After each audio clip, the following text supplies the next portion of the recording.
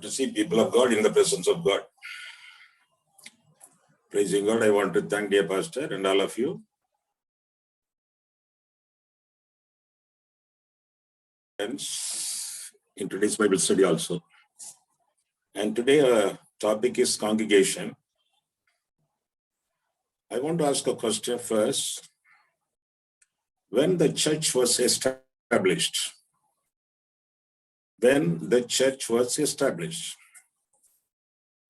most of the preachers say it was established on the day of Pentecost, Acts 10 chapter.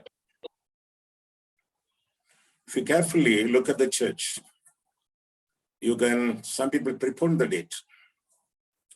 They say the Lord called the 12 disciples and told them, I will build my church. Because the Lord mentions the word church to the disciples, when he called the disciples, he called the church also. Some people again prepone the date. They say the Israelites, they were also called assembly or church in the Old Testament. And we read in the Bible, Moses and Aaron, they came before the congregation or assembly.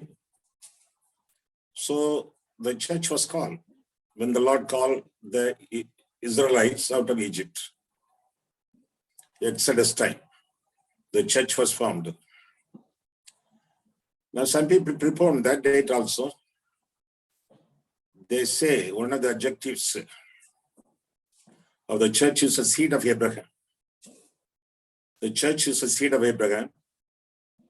So when God called Abraham from the Chaldean city, Ur, he called out the church. But according to Paul, the church is not formed. The church is not established. It is from the beginning. It is a mystery, he says in Ephesians 5, last few verses. The church is called the body of Christ. The body of Christ. Christ had no beginning. He is Alpha and Omega, first and the last. He is the beginning. So because the church is called the body of Christ, it had no beginning. It is from the beginning. It's a mystery. The Bible says in Acts 20th chapter, 20 verse 28, and God has purchased the church through his own blood. God has purchased the church through his own blood. God has blood. The God is Jesus. Jesus is God. God is manifested in flesh, the Bible says in 1 Timothy 3rd chapter, 16th verse. With his own blood, he purchased the church. When he shed the blood, 2000 years back, that is history. From the beginning, it is mystery. What is from the beginning? He shed his blood from the beginning of the world. Is it so? Bible talks about it? Yes. Revelation 13 verse 8. He is the Lamb of God being slain from the foundation of the world. What is that? Mystery. 2000 years back history. And from the beginning of the world, mystery. The church is a mystery. So when the church was established, not established, it is from the beginning. The Bible also talks about the church and also churches. The church, C, capital, is the body of Christ. The church, C, small letter, is the congregation. The Bible talks about, recognizes both the church, C, capital, the body of Christ. Why I'm repeating? Because you are writing. And the church, the local church is a congregation. You can say it is a worship center. There are so many churches also, see small congregations, even in Asia, Little Asia, there are 7 churches. To them, epistles were written in the book of Revelation, first 3 chapters. First chapter, the names of the churches are mentioned. Second and third chapter, the epistles were there. So we understand the concept of church, C capital, the body of Christ, the invisible church, and the congregations, churches, C small, visible congregations or visible churches. So we are going to learn about the first congregation we see in Acts 2nd chapter, and we are going to see the beauty of the congregation, some beautiful aspects of the congregation, 6 or 7 aspects. Number 1, it is a saved church. It is a converted church. It is a born-again church. Saved church. And it was a groaning church. When the gospel was preached to them by Apostle Peter, they were cut to their heart and said to Peter, what shall we do? He said, repent. Many are preaching nowadays, the word repent is missing. They simply say a lot of things to prove their scholarship or to prove their spirituality. The word repentance is missing in the pulpit, at the pulpit, in the TV shows, in books and articles. Repent. Jesus preached about it. John the Baptist preached about it. And the apostles preached about it. Prophets in the Old Testament, they preached about it. Repent. They were soul searching. They did their self-examination. Because they were cut to their heart, they became very guilty. In the 37th verse we read, now when they, Acts 2nd chapter, Acts 2nd chapter 37. Now when they heard this, they were cut to their heart and said to Peter and the rest of the apostles, men and brethren, what shall we do? 38. Then Peter said to them, repent and let every one of you be baptized in the name of Jesus Christ for the remission of sins, and you shall receive the gift of the Holy Spirit. Lot of time we dwelt with this in this particular verse 38. Last time when we met, there was soul searching, there was self-examination among the people. When did you examine yourself? When did you examine yourself? Someone said, I say this prayer. What prayer? It's going to follow. I say this prayer 5 times a day. Search me, O God, and know my heart. Try me and know my thoughts. See if there is any wicked thing in me, and lead me in the way everlasting. Psalm 1, 3 and 9, last 2 verses.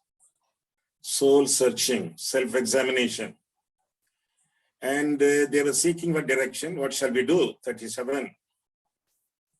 They said, repent. Turn away from your sin. Turn away from your sinful activities and habits. Turn away from your past religion.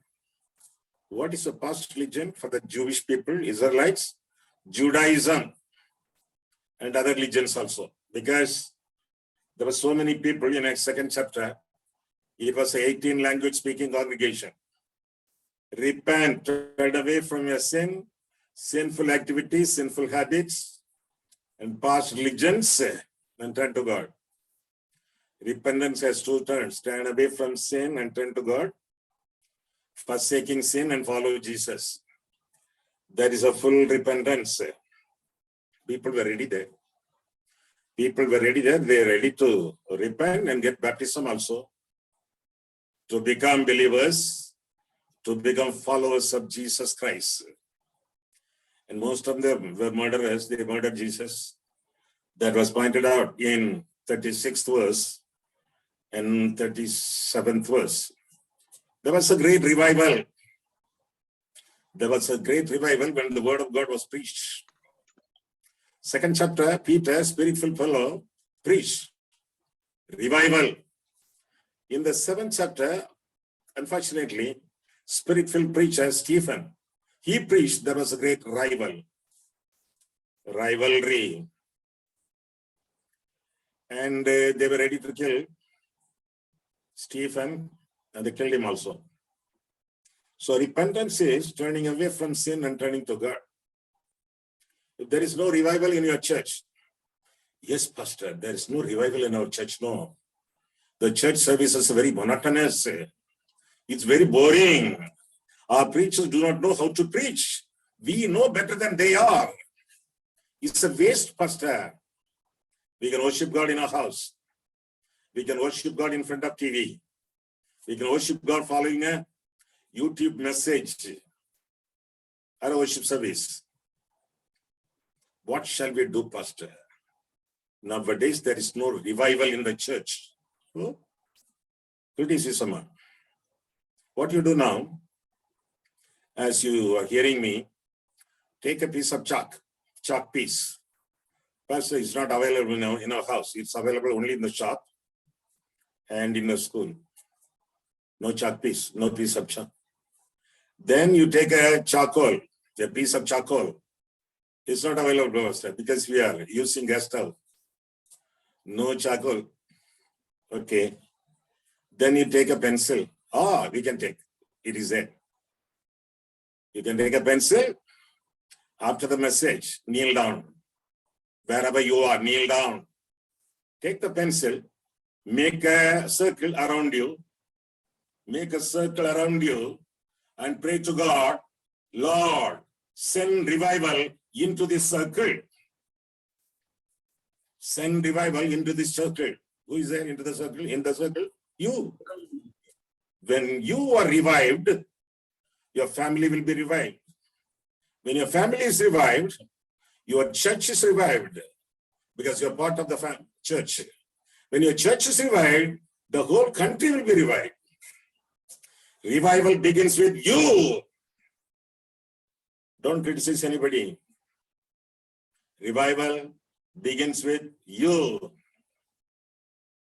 You cannot simply fool God or cheat God by giving so much money as an offering. What the Lord needs from you is not your silver, but your surrender. Surrender your life, the Lordship of Jesus. Then the beauty of church will shine. The church, the early congregation, it was a saved church. Secondly, how many I'm going to tell you? 6 or 7, depending upon the time. Secondly, it is a separated church. It is a separated congregation. There we read 37. Now, when they heard this, they were cut to their heart and said to Peter and the rest of the apostles, men and brethren, what shall we do? Then Peter said to them, repent and let every one of you be baptized in the name of Jesus Christ for the remission of sins, and you shall receive the gift of the Holy Spirit. 39. For the promise is to you and to your children and to all who are far off, and as many as the Lord God will call. 40. And with many other words he testified and exhorted them, saying, be saved from the perverse generation. Leave them. Be saved. You should be separated from the perverse generation and set apart for God. That is sanctification. Sanctification follows the salvation. Separated from sin and set apart for God. It was a separated church. It was a sanctified church. Sanctified, turning away from perverse congregation, perverse people, and turn to God completely. In Christian life, separation is very much important. You cannot simply play with the other people. You should show the world that you are unique, you are pure, you are holy, you are cleansed, you are set apart. Who is a saint? What is the meaning of saint? Holy person. Yes, the word saint means set apart. A person who is called saint is a separated person, a set apart person for the sake of the Lord God. Abraham. Abraham is a very good illustration. Separated from the Chaldean city Ur. It was a idolatrous city. Idolatrous, full of idols, separated from that culture, from that kind of religion, separated from Ur, separated from the family also. The father, Abraham's father, Terah, he was an idol worshipper, Bible says, separated from him. And actually, the father, Terah, took Abraham towards Canaan. When they reached Haran, another city, the father died. Separation, complete separation. Then God said to Abraham, leave your kith and kin completely. I want to own you. I want to send you a different place, different country, Canaan. Leave everyone. Go with your family members only, wife and other people. God did not call Lot. God did not call Lot. Abraham called Lot because Lot was pressurizing Abraham, I want to join you. I want to go with you. And Abraham disobeyed God and took Lot with him. Until Lot left him, Abraham had no peace in his life. There was a separation of Lot from Abraham. And final test, God said to Abraham, take your son, go to the mount, go to the place which I am going to show you. Take your knife. Take your knife. What is a knife? Knife is a symbol of separation. Then God said to him, now I know that you fear the Lord. By this I know you fear the Lord. Complete separation. Total separation. A sanctified person. You should be a sanctified person. You should be separated from sin and set apart for God. That is the definition of holiness also. Your holy life is a life that is separated from sin and set apart for God. Are you living a holy life? A separated life? A set apart life? A sanctified life? How to have that life? Number one, the sacred blood. By the blood of Jesus, you are sanctified. You are qualified, you are purified, you are cleansed. 1 John 1:7. Am I slow enough? That you may write properly. The blood of Jesus will cleanse you from all your sins. Not 99%, all, 100%.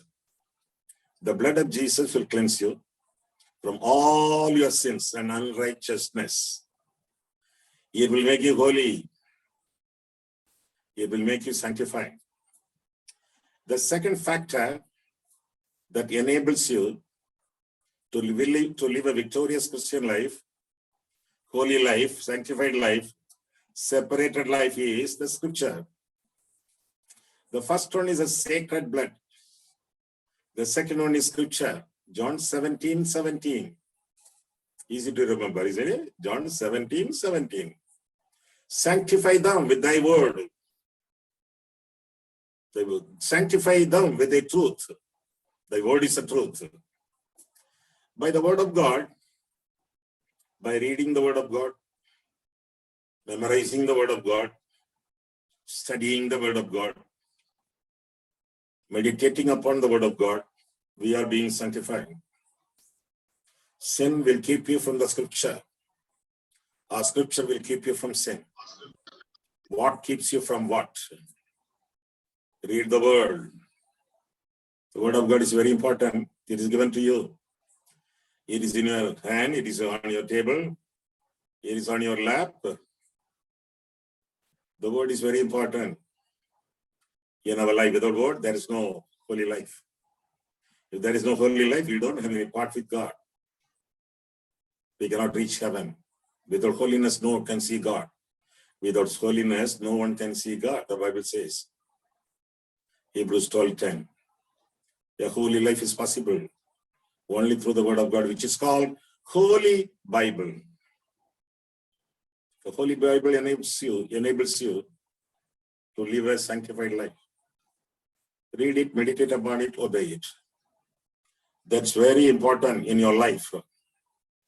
Then the third factor that enables you to live a separated life, sanctified life, is the Spirit of God. The Spirit of God, which is called Holy Spirit. Do you know the word or words Holy Spirit does not appear in the Bible, in the first half of the Bible? Do you know that? From Genesis to Psalm 51, you cannot see the word or words Holy Spirit. You can see the Spirit. You can see the Spirit, words, Spirit of God, Spirit of the Lord, Spirit of the Lord God, all those things. But the words Holy Spirit appear in Psalm 51 verse 11 for the first time in the Bible. The Spirit of God is introduced as the Holy Spirit for the first time in the Bible in Psalm 51 verse 11. Do not take away thy Holy Spirit from me, David pleads. Because the Holy Spirit is a holiness longing spirit, holiness oriented spirit, holifying spirit, a sanctifying spirit. When David committed 2 sins, adultery, in order to cover it up, murder, the sanctity is lost. There is a break between God and David. Then holiness longing spirit, the Spirit of holiness, is introduced as the Holy Spirit for the first time in the Bible, because now David needs a complete cleansing and he should be sanctified completely. The word of Spirit of God is introduced as the Holy Spirit. Fourthly, number 1, sacred blood. Number 2, scripture. Number 3, Spirit of God, Holy Spirit. Number 4, suffering. The second word, which is not talked about in most of the preaching, is suffering. What is the first word? Repentance. Second word, suffering. They simply present Jesus as a Sai Baba or a Santa Claus or a magician. He will do everything for you. Bible doesn't talk about it. Suffering paves the way for us to abide in the Lord Jesus, to live a victorious Christian life, holy life. Suffering. Even the Trinity is involved. The Father causes suffering. It is called chastening from the Father, loving Father. He chastens his beloved ones. Then the Son, he said, if anyone wants to follow me, let him deny himself, take up the cross and follow me daily. Cross. The Son's suffering. Third, the Holy Spirit. The fruit of the Spirit is not only love, joy, peace, but also long suffering. All sufferings are not bad. There are sufferings we can escape. There are sufferings we can enlist. What is enlist? You learn from suffering. There are sufferings you can endure. There are sufferings you can enjoy. What did he say? Number 1, there are sufferings you can escape. There are sufferings you can enlist. There are sufferings you can endure. There are sufferings you can enjoy. We are not called to endure suffering. We are called to enjoy suffering. How to enjoy, Pastor? 2 Corinthians 7:4. I am overjoyed through all my tribulations. Paul says. Let me say to you, all sufferings are not bad. There are sufferings we can avoid. There are sufferings we cannot avoid. What cannot be avoided? Chastening and cross. There are sufferings we should not avoid. It is called vicarious suffering. Suffering for the sake of other people. Vicarious. From that word only, the word vicar in the church comes. Vicarious suffering. Labor pain. Terrible. But a Maharaja is going to be born. Can he bear it or not? Bear. Enjoy. Because you are going to produce a Maharaja or a Maharani. Great. So these things you understand very carefully. A life of separation is a must in our life. Few times we have read one passage in 2 Corinthians 6. We will read it again because of newcomers. If you read it again and again, it will register in our hearts. 2 Corinthians 6th chapter, verses from 14 onwards. Do not be unequally yoked together with unbelievers. For what fellowship has righteousness with lawlessness? And what communion has light with darkness? And what accord has Christ with Belial? And what part has a believer with an unbeliever? 16. And what agreement has the temple of God with idols?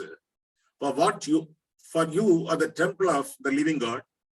As God has said, I will dwell in them and walk among them. I will be their God, and they shall be my people. 17. Therefore, come out from among them and be separate. Separated people. Says the Lord, do not touch what is unclean, and I will receive you. And I will be a father to you. You shall be my sons and daughters, says the Lord Almighty. In our relationships, in our business partnership, in our life partnership, be careful who you are going to marry, who you are going to partner with. Be very careful. Live a separated life for the sake of God, for the glory of God. Thirdly, the early congregation is a spiritual congregation. First of all, saved. Secondly, separated.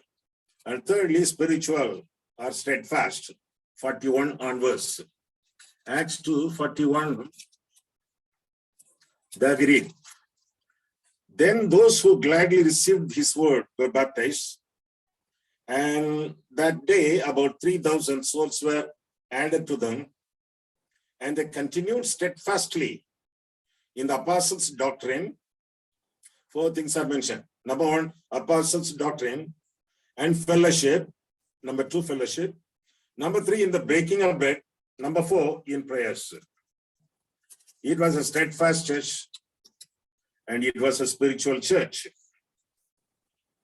It was a spiritual church. What are the things that signify the spirituality of the church? Your church is not a spiritual church. It's a carnal church. Our church, our congregation, that is only a spiritual church. But the marks of the spiritual church, aspects of the spiritual church, fourfold. Number 1, Bible teaching. Number 2, brotherly love.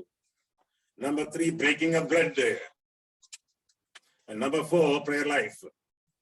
Well, these 4 are mentioned in this particular passage. Number 1, Bible teaching. Apostles' teaching. They were the teachers of that time. Bible teaching was there.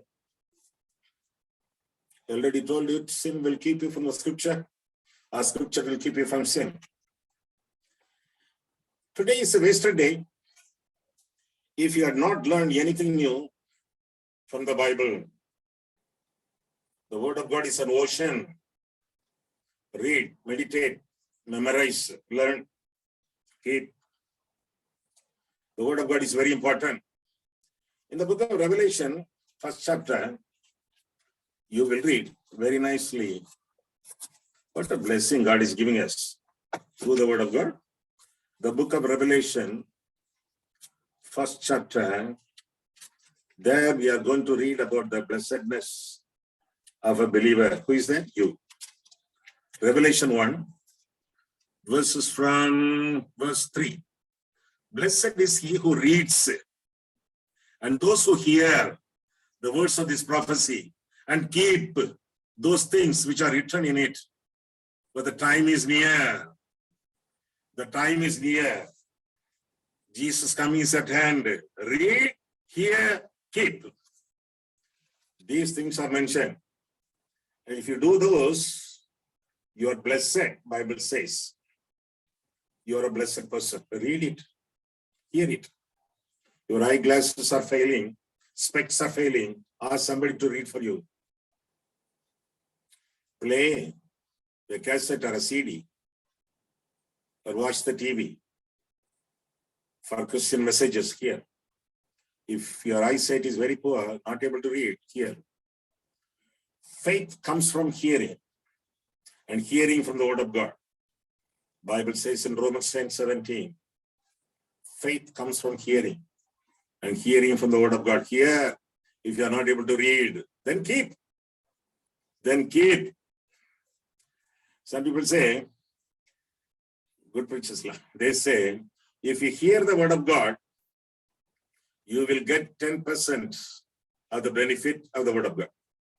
If you read the word of God, you will get 20% of the benefit of the word of God. When you study the word of God, that is today. When you study the word of God, you will get 60% of the blessing of the word of God. When you memorize the word of God, you will get 80% of the word benefit of the word of God. When you keep the word of God, when you keep the word of God, you will have 100%. 100% of the benefit of the word of God. Keep it. Hear, read, study, memorize, meditate, keep. What is the meaning of keeping? Obeying.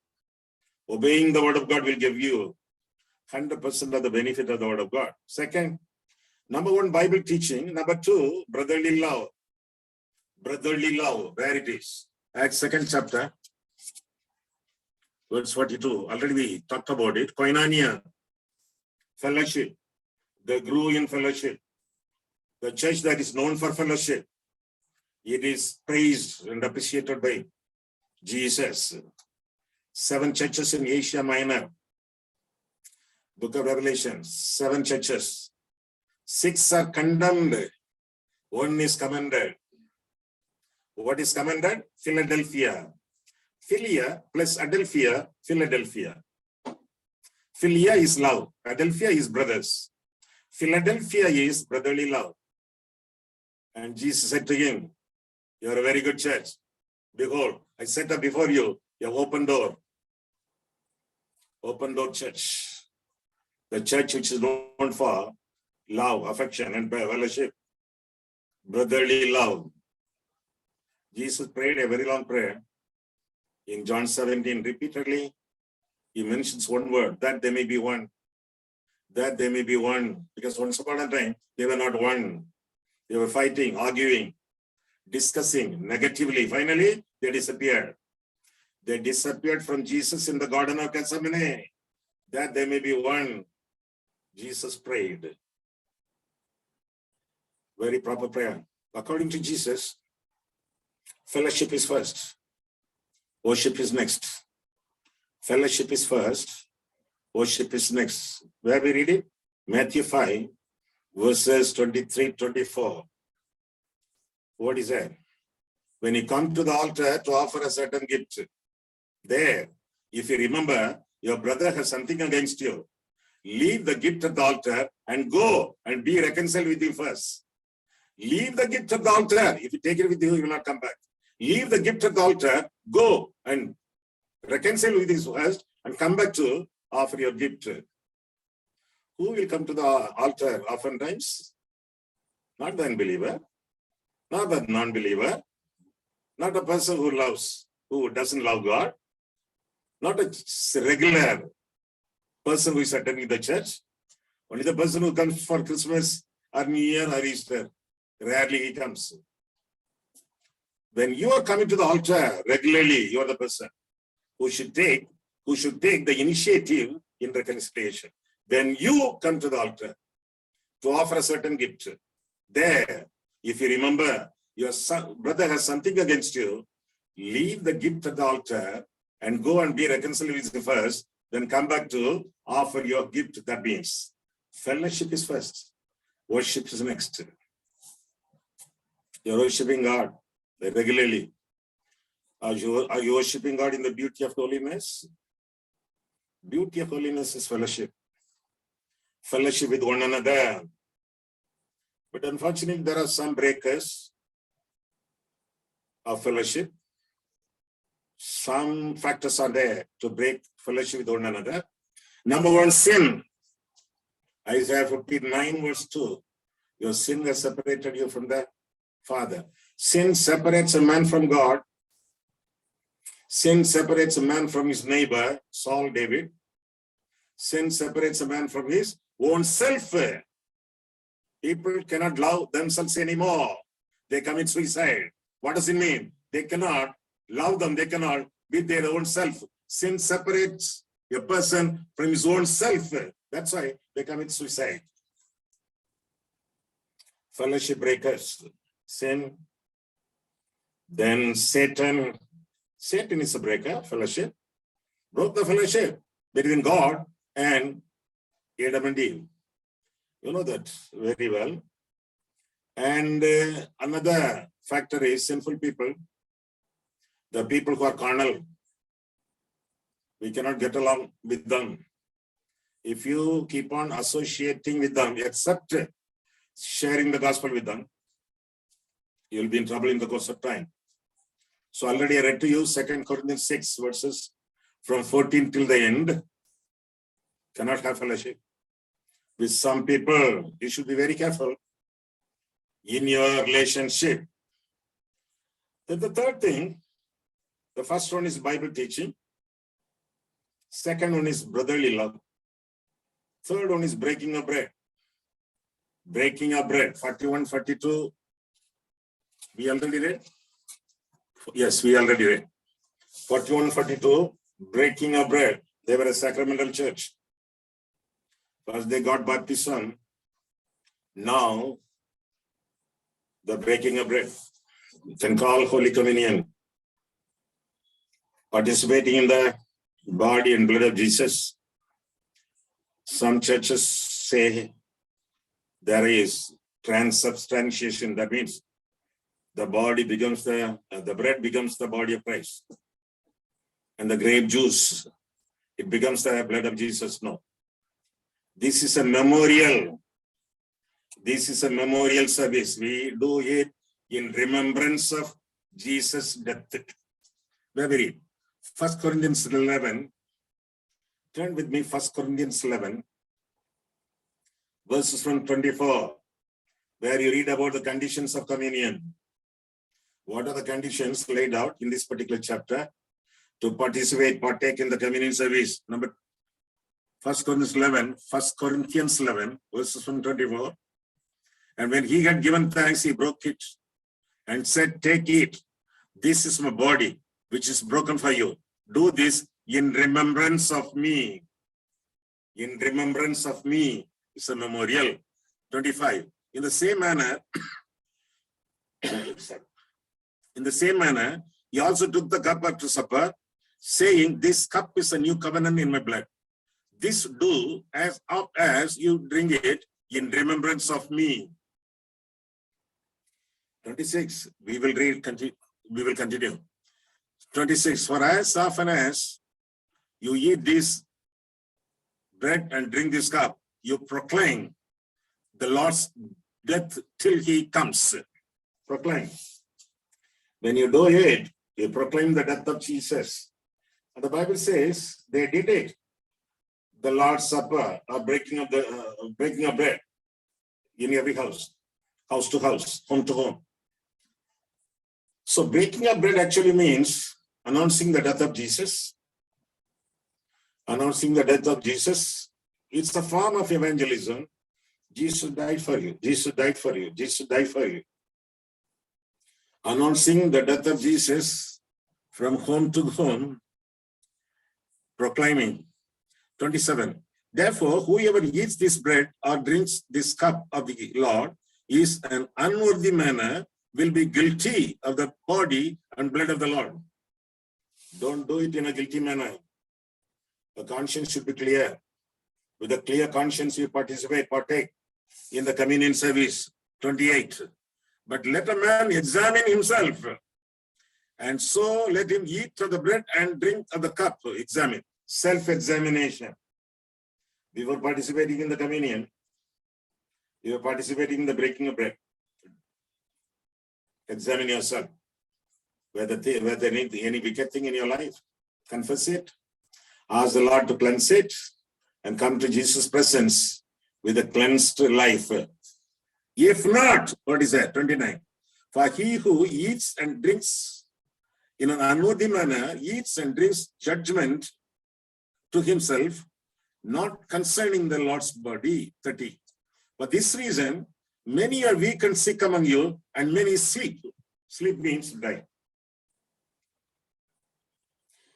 31. For if we would judge ourselves, we would not be judged. Judge ourselves means examine ourselves. 32. But when we are judged, we are chastened by the Lord, that we may not be condemned with the world. Therefore, my brethren, when you come together to eat, wait for one another. But if anyone is hungry, let him eat at home, lest you come together for judgment. And the rest I will set in order when I come. So breaking of bread. So first of all, you understand the Holy Communion service through by studying 1 Corinthians 11 chapter, last several verses. Then do self-examination and tell God, search me, O God, and know my heart. Try me and know my thoughts. See if there is any wicked thing in my life. Lead me in the way everlasting. If not, if you do not do the self-examination, also confessing sins and also cleansing your life, then the tragedy will follow. That's what the Bible says. It's also a part of evangelism the Bible talks about. Then prayer life. They were concentrating on prayer. The book of Acts is a book of prayer. There are many prayers in the book of Acts, which we will talk about later. Prayer life is very important. Are you in talking terms with God? Sometimes people say, no, I don't talk with that fellow. We are not in talking terms. Are you in talking terms with God? Prayer is you're talking to God. Bible is God's talking to you. Prayer is you're talking to God. And Bible is God's talking to you. These two should go together. Prayer and Bible meditation. They should go together. Very important. These are the four aspects we read in this particular passage, which makes the congregation spiritual. What is a spiritual congregation? Bible teaching, brotherly love, breaking of bread, and prayer life, not anything else. Some people say, oh, no, your church is not spiritual. We are the only spiritual church. We will talk about it later. Today we will just concentrate on the points mentioned in Acts 2. What is spiritual church? What is not spiritual church? We will talk about it later, very shortly. Fourthly, it's a signifying church. It is a signifying church. First of all, saved church. Secondly, separated church. Thirdly, spiritual church. Fourthly, signifying church. What is the meaning of signifying? A church with signs and wonders. Acts 2nd chapter 43. Then fear came upon every soul, and many wonders and signs were done through apostles. Signifying church. Many wonders and signs. So they should be happy, no? They should be happy because of the significance of the church. Signs and wonders. They were not very happy. They feared. That's what we have read. They feared a lot. Because most of the miracles performed through the apostles were negative. They were so afraid. 3rd chapter, we are going to talk about next week, God willing. 3rd chapter, a layman what? Positive miracle. 5th chapter, Ananias, Sapphira, they died on the spot. Negative miracle.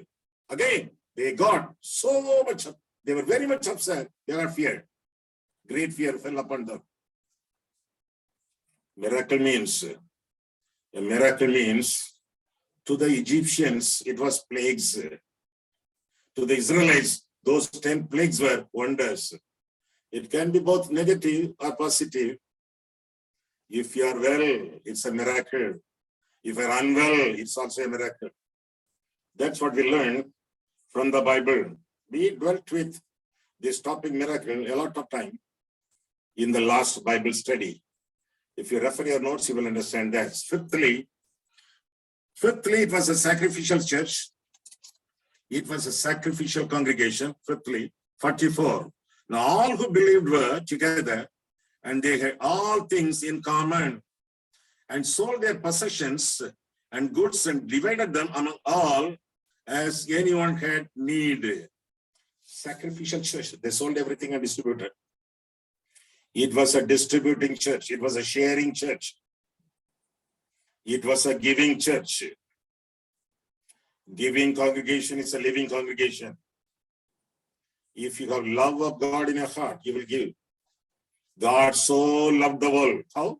He gave his only begotten son. Loving is giving. How much you love God depends upon how much you give him. How much you love your church depends upon how much you give her. How much you love your pastor depends on how much you give him. You can give without love, but you cannot love without giving. It was a sacrificial church. Some people believe, they also talk about our church believes in fourfold ministry. We believe in fourfold ministry. Sometimes it's very funny, not only funny, but also like Ephesians 4. What are the fivefold? Ephesians 4:11. Taken? Take. Ephesians 4, verse 11. The fivefold is there. And he himself gave some to the apostles, some prophets, some evangelists, some pastors, some teachers. Fivefold. Fourfold are in the street begging. The church takes care of herself only. Their pastor, their leader. The fourfold, they are in the street begging. There is no budgetary provision for the fourfold. Still, they say, we believe in fivefold ministry. I don't understand that. The congregation was sacrificial. Then sixthly, it was a society-favored church. The people loved them very much. They found favor in the sight of the people. Acts 2, last verse, 47. Praising God, having favor with all the people. They found favor in the sight of people because they are followers of Jesus. How Jesus was growing? Jesus grew in wisdom, in stature, in favor with God, and in favor with man. Favor with man. Favor with man means favor with people. Because they followed the Lord Jesus, they found favor. And people watched their faithfulness, their faith, their finance, everything in common. Then fellowship. They were in one accord. Fellowship. Others will come to know that you are my disciples if you love one another. Jesus said in John 13, verse 35. Society favored church. Finally, seventhly, it was a soul-winning church. Same 47. Praising God, having favor with all the people, and the Lord added to the church daily. It was not a weekly growing church. It was not a monthly baptism church. It was not a once in a year church, growing church. No, daily. To the church daily, those who are being saved, the Lord added. The Lord added, not the pastor, not the missionary, nor any believer. The Lord added to the church daily because they found favor in the sight of the people. The church grew very well through evangelistic efforts. They did evangelism. They were a soul-winning church. Everyone who went abroad preached the gospel. That's what we read in Acts 8 chapter, 4th verse. People They simply preached Jesus and taught the word to people around them. Soul winning church. Are you a soul winning person? Are you a soul winning person? You are breathing, no? The breathing, breath has two parts, inhaling and exhaling. You inhale, you cannot stop. I cannot stop more than 1 minute and 47 seconds. Cannot. If you stop it, control it, you die. Spiritual breathing is like that. You inhale Jesus. You exhale Jesus. You accept Jesus. You announce Jesus.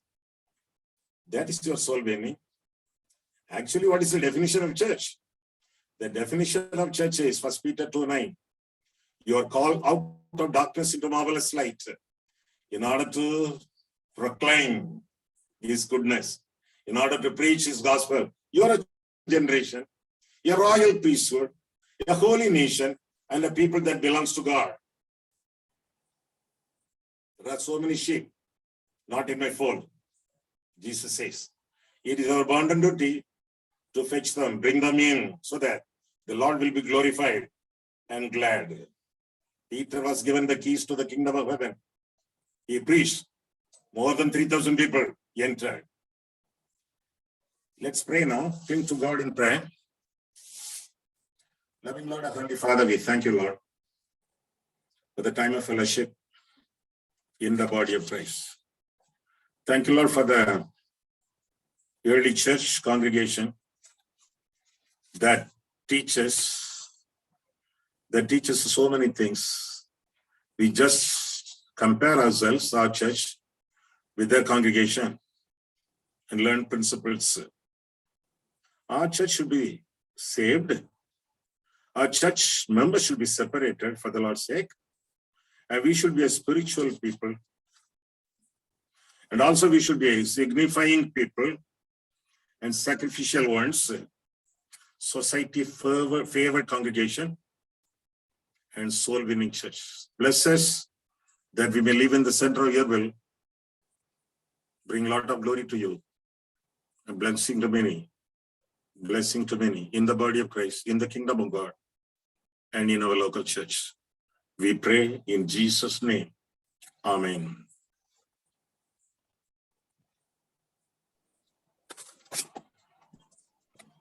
We praise God for God's word that came to us very clearly. Very interesting subject about the church. These days, church is a very big illusion, disillusioned people just wonder what is happening in the church. Ministers do not know what to do with the church.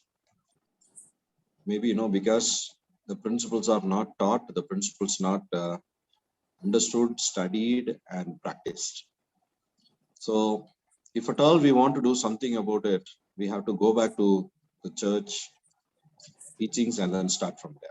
I'm glad, today we started this topic of the church. Hope you will be able to learn many things even through this new year as the studies continue. And I'm glad, this end of the year, this is introduction to church and everything is going to be learned over it. I'm excited. I'm sure most of you will be excited also. So do continue and be participating in the series that will be taught to us. Any questions you have from what